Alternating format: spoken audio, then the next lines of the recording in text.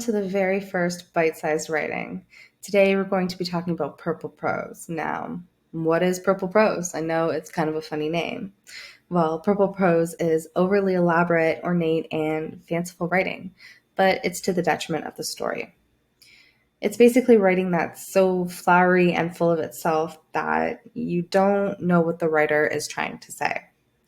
It's taking attention away from the story and putting it on the words or the author themselves.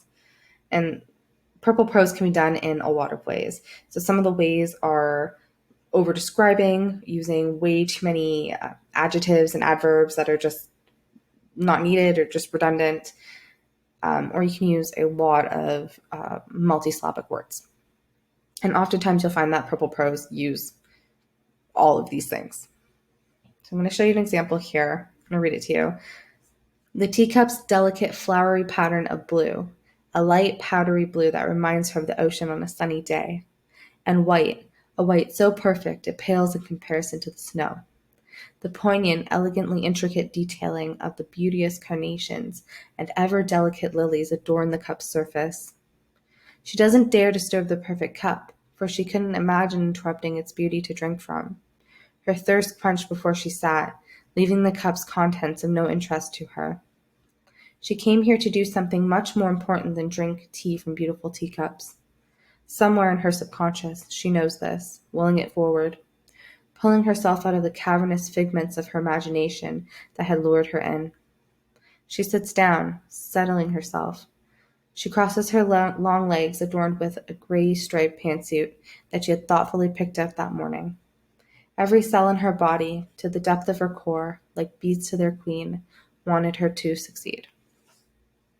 So that's an example of purple prose. You can see it's very long. There's a lot going on, a lot of big words, and a lot of over-describing. We're going to move on to beige prose. So beige prose are the opposite of purple prose. They're not very descriptive or not descriptive at all, and very minimalistic. So I'm going to read the example. She admired the teacup offered to her, considering. She decided she wasn't thirsty, politely declining the warm drink, settling down to start the meeting instead. I just want to show you them side by side. You can see there's quite a difference here. The beige prose is only a couple sentences, where your purple prose here is over describing way too much, things that don't need to be described, and it's a good paragraph long. So how do we fix it? Well, I'm going to read it to you, and then I'm going to break it down for you. So we fix it with a happy medium. She admired the teacup being offered to her, her mind lost in the ornate blue and white flowery pattern.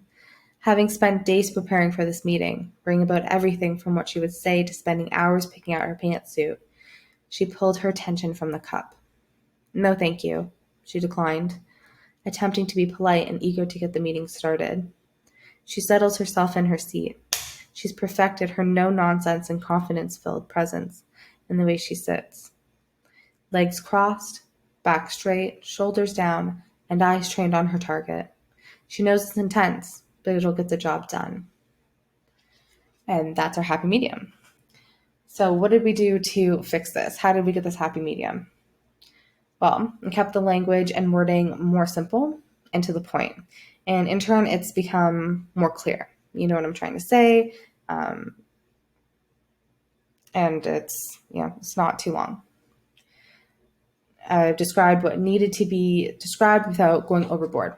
So I'm not describing too much about the teacup. It's there. It's important to the story, although the story isn't in context right now. And you can tell what's going on. And I also broke it up and made it easier to digest it or take in. So it made it easier to read. And that's it. That's how I fixed it. That's purple prose and beige prose. And I hope you guys enjoyed it. Do you guys struggle with purple prose or beige prose? I know it's a problem that a lot of people have. If you do, let me know in the comments below. And until the next bite-sized writing, I'll see you then.